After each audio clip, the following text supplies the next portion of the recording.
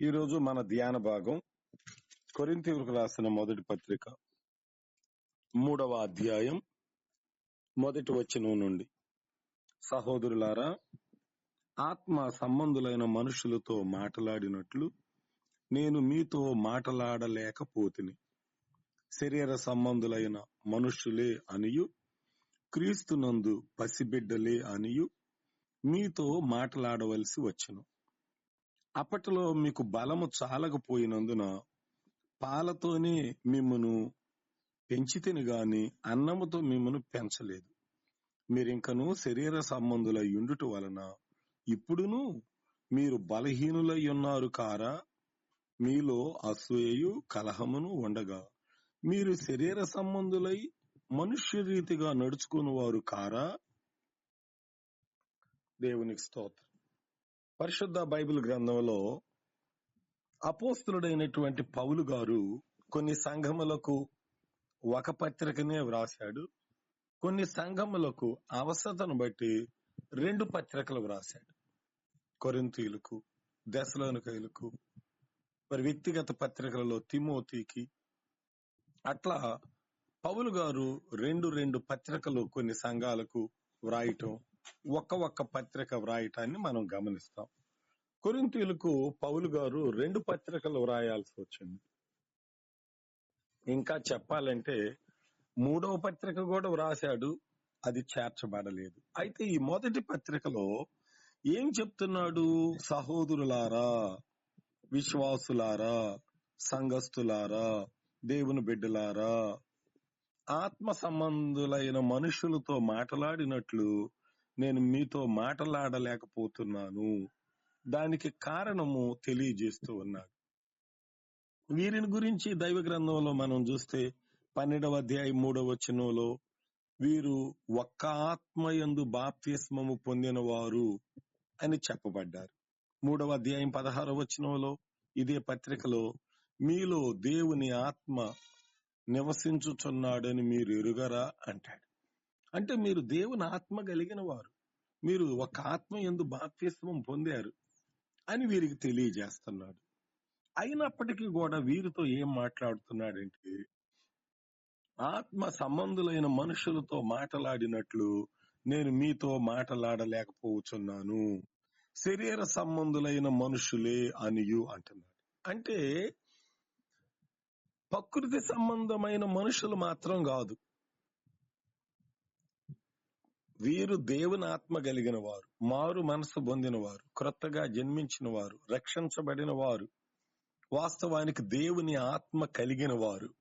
అయినప్పటికీ కూడాను వీరు శరీర సంబంధులైన మనుషులుగా జీవిస్తున్నట్లు పౌలు గారు తెలియజేస్తున్నాడు. ఈరోజు మన ప్రశ్న ఏమిటంటే, దేవుని బిడ్డలు శరీర సంబంధులుగా ఉండటానికి కారణం ఏమిటి? ఇది ప్రశ్న. దీనికి కొన్ని జవాబులు మనం ధ్యానించుకుంటున్నాం. వీరిని పౌలు గారు మీరు ఆత్మ సంబంధులైన మనుషులుగా ఉండలేకపోతున్నారు, మీరు దేవుని ఆత్మను కలిగి దేవుని బిడ్డలై ఉండి మారు మనసు పొంది క్రీస్తులో ఉండి మీరు ఇంకా శరీర సంబంధులైన మనుషులుగా ఉంటున్నారు. కారణం ఏంటి?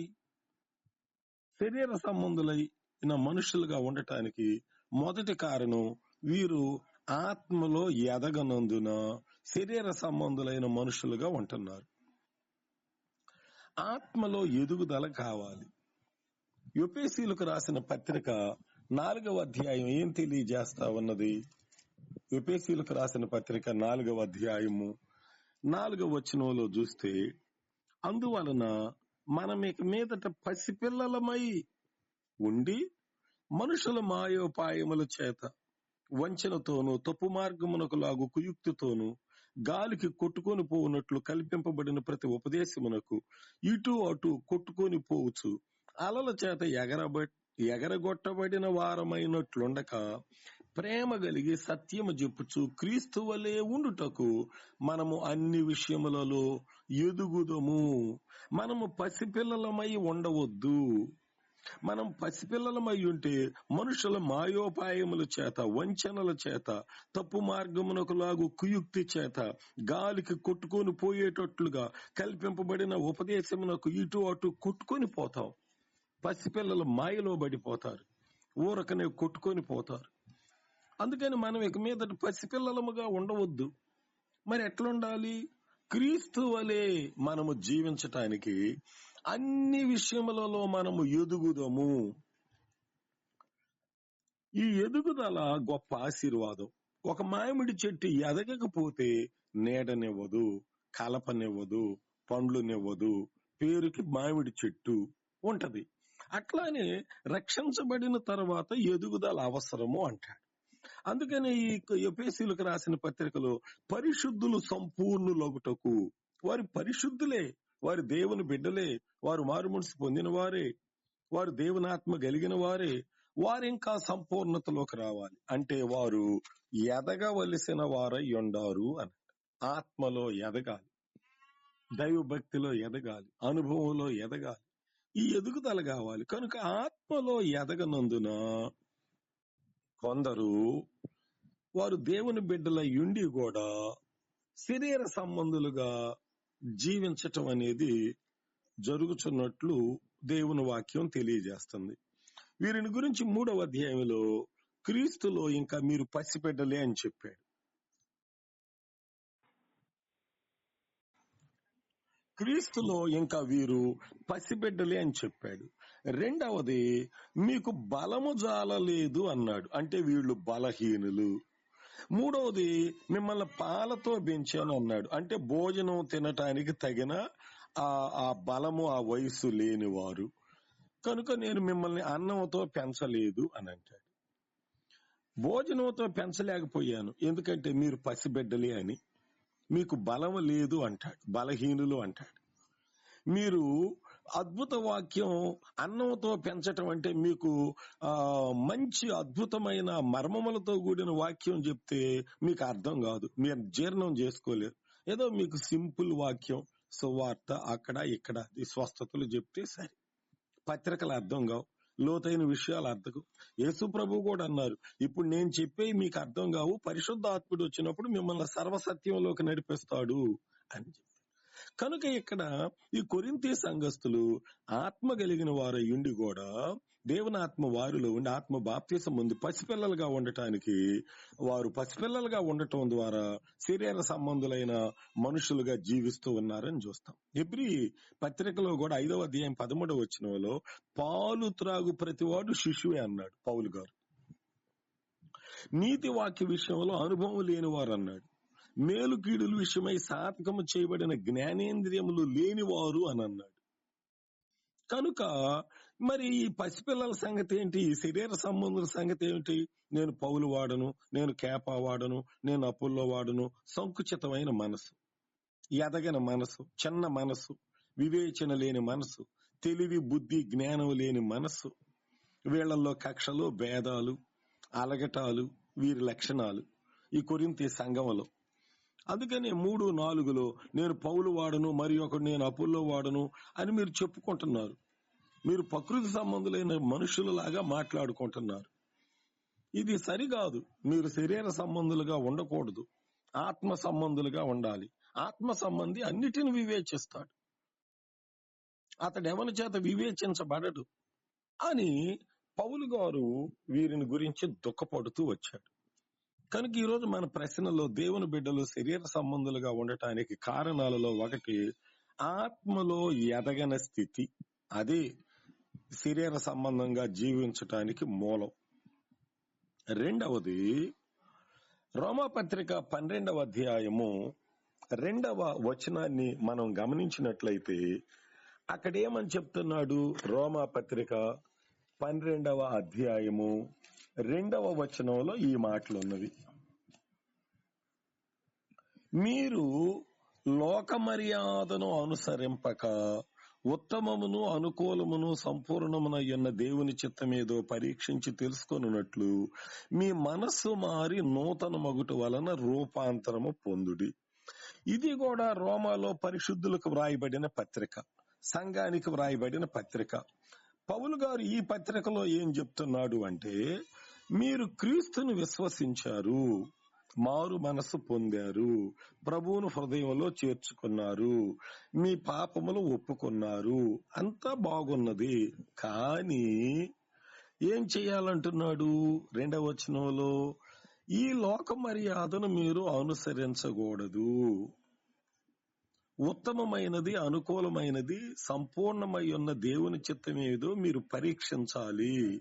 దానిని పరీక్షించి మీరు తెలుసుకొని ఆ ప్రకారం నడవటానికి మీ మనస్సు మారాలి అంటాడు. పాపములు ఒప్పుకున్నారు, క్రీస్తుని విశ్వసించారు, కానీ నూతన పరచబడిన మనస్సు కావాలి అంటాడు. ఎఫెసీ సంఘంతో మనము నవీన స్వభావము ధరించుకోవాలి అంటాడు. ఆ పాతదైన పులిపిండిని మీరు అది తీసివేయండి అంటాడు. అంటే నూతన పరచబడని మనస్సు అదేం చేస్తుంది అని అంటే, ఈ నూతన పరచబడకపోతే, రూపాంతర పరచబడకపోతే, ఇంకా పౌలు గారు చెప్పాడు గలతీయులతో, వారు కూడా మీరు విశ్వాసము ద్వారా ఆత్మను పొందితిరా లేక ధర్మశాస్త్రము ద్వారా ఆత్మను పొందితిరా? ఓ గలతీయులారా, మీరు ఆత్మను పొందారు కదా, మీరు మారుమనసు పొందారు కదా, మీరు రక్షణ పొందారు కదా, మీరు దేవుని బిడ్డలు కదా, ఇదేంటి మరలా మీరు దినములు, మాసములు, సంవత్సరములు, ఈ లోక మర్యాదలు, ఈ లోక ఆచారాలు, ఈ బలహీనమైన, ఈ నిష్ప్రయోజనమైన ఈ మూల పాఠములతో మీరు ఎందుకు తిరుగుతారు? ఎందుకు శరీరాన్ని అనుసరిస్తారు? ఎందుకు? ఇవి మనకు అక్కర్లేవు కదా, ఇవి లోక సంబంధమైనవి కదా.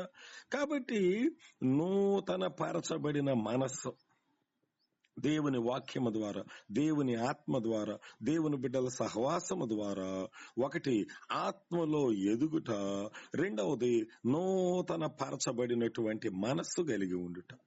ఇవేం చేస్తాయి అంటే శరీర సంబంధులుగా జీవించకుండా మనకు సహాయం చేస్తాయి. వీరు శరీర సంబంధులుగా జీవించటానికి కారణాలు ఆత్మలో ఎదగనందున, రెండవది నూతన పరచబడిన మనస్సు వారికి లేనందున. అందుకని ఫిలిప్పీలతో, ఓ సంగమా, మీరు దేవుని బిడ్డలు, పరిశుద్ధులు, రక్షణ పొందారు, మరి కానీ క్రీస్తును విశ్వసించారు, క్రీస్తు మీలోకి వచ్చాడు, క్రీస్తు బిడ్డలే. అయితే ఒకటి, క్రీస్తు యేసుకు కలిగిన ఆ మనస్సు కూడా కావాలి. ఆ మనస్సును కలిగి ఉండండి, ఆ మనస్సు ఉండండి. ఆ మనస్సే ఆత్మ సంబంధులుగా చేసేది. ఆ మనస్సు లేకపోతే దేవుని ఆత్ముండి కూడా మనం శరీరాన్ని అనుసరిస్తాం. శరీర మనస్సు స్పష్టమై ఉన్నది, అది దేవుని వాక్యానికి లోబడినది. గలతీ 5:19 శరీర కార్యాలు. ఇక్కడ ఏమంటాడు?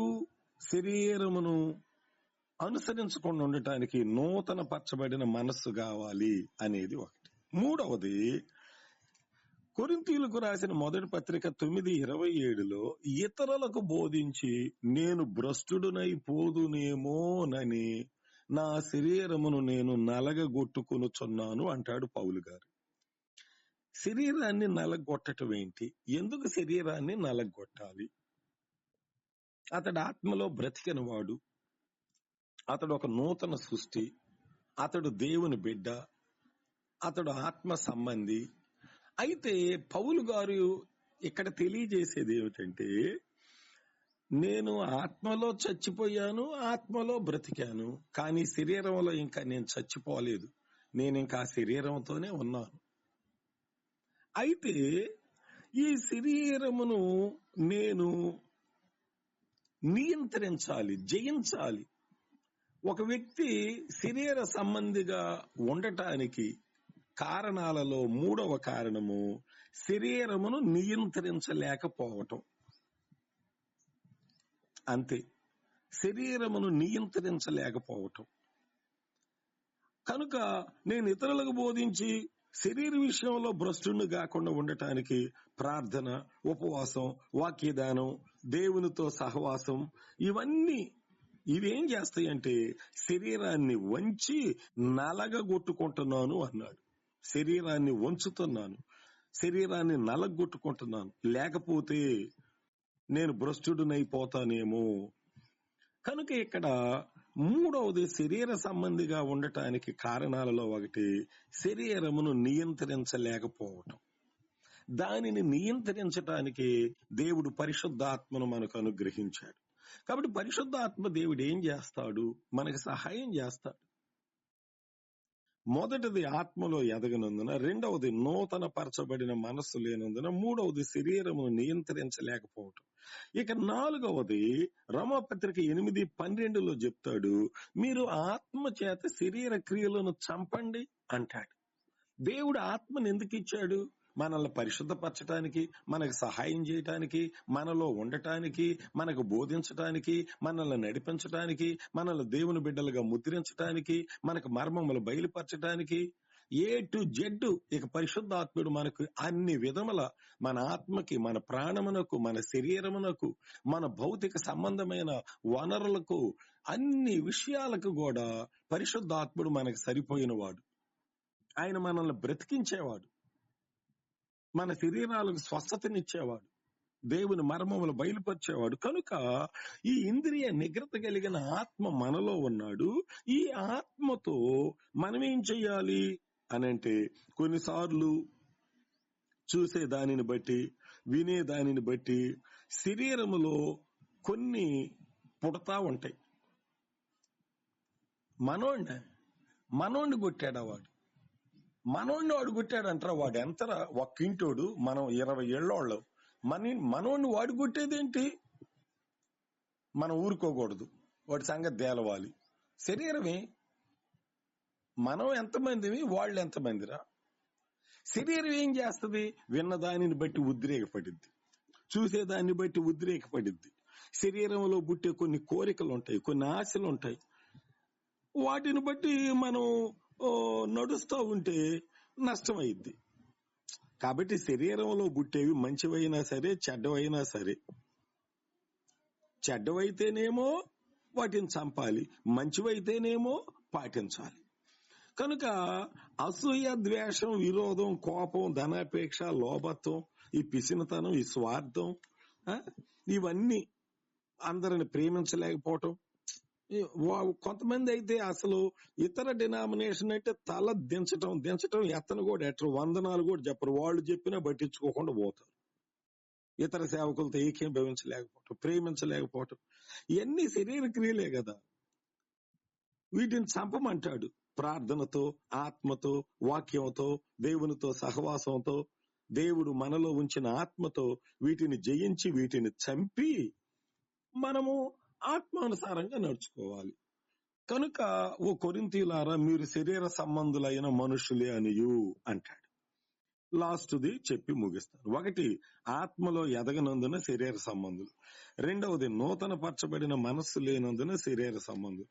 మూడవది, శరీరమును నియంత్రించలేకపోవటం ద్వారా శరీర సంబంధులు.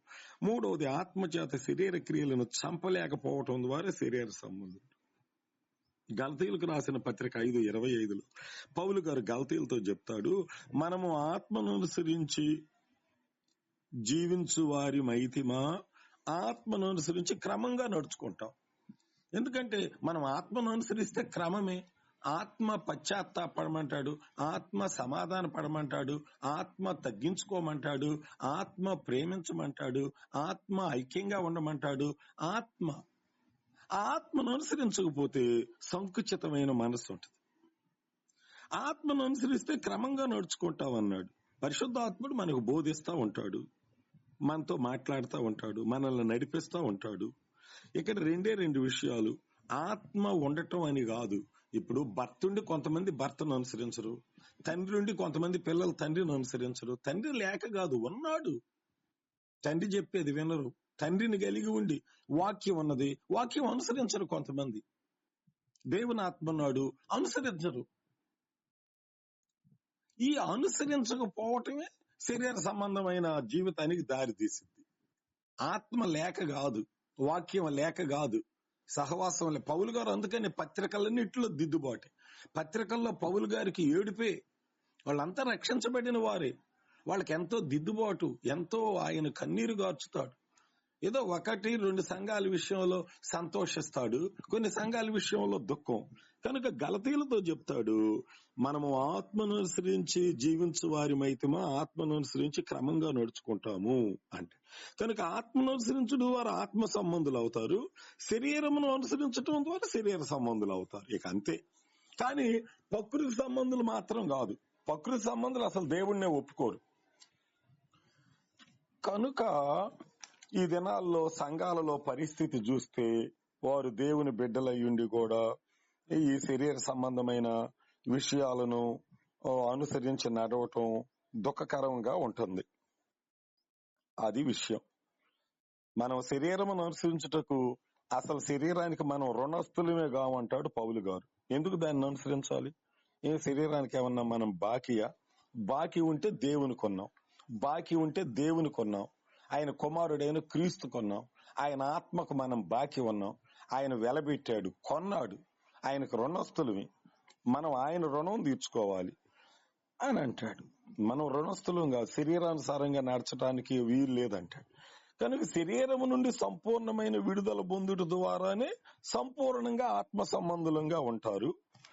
మరి శరీరము నుంచి విడుదల పొందకుండా, ఇప్పుడు పాత నిబంధనలో మనం చూస్తే దేవుని ఆత్మ వారిని బలపరుస్తూ వారి యొద్దకు వచ్చి వారిని నడిపిస్తూ ఉంటారు, వారికి ధర్మశాస్త్రం ఉన్నది. కానీ దావీదు ఒక విషయంలో శరీరం ఎట్టుకి వెళ్ళిపోతాడు, సంసోను శరీరం ఎట్టుకి వెళ్ళిపోతాడు. సౌలు చూస్తేనే ఒకటే అసూయ, నరహత్య స్వభావం, శరీరం ఎట్టు. సొలొమోను ఉన్నాడంటే దేవుడు చెప్పినా వినని పరిస్థితి, భార్యల చేత నడిపించబడటం.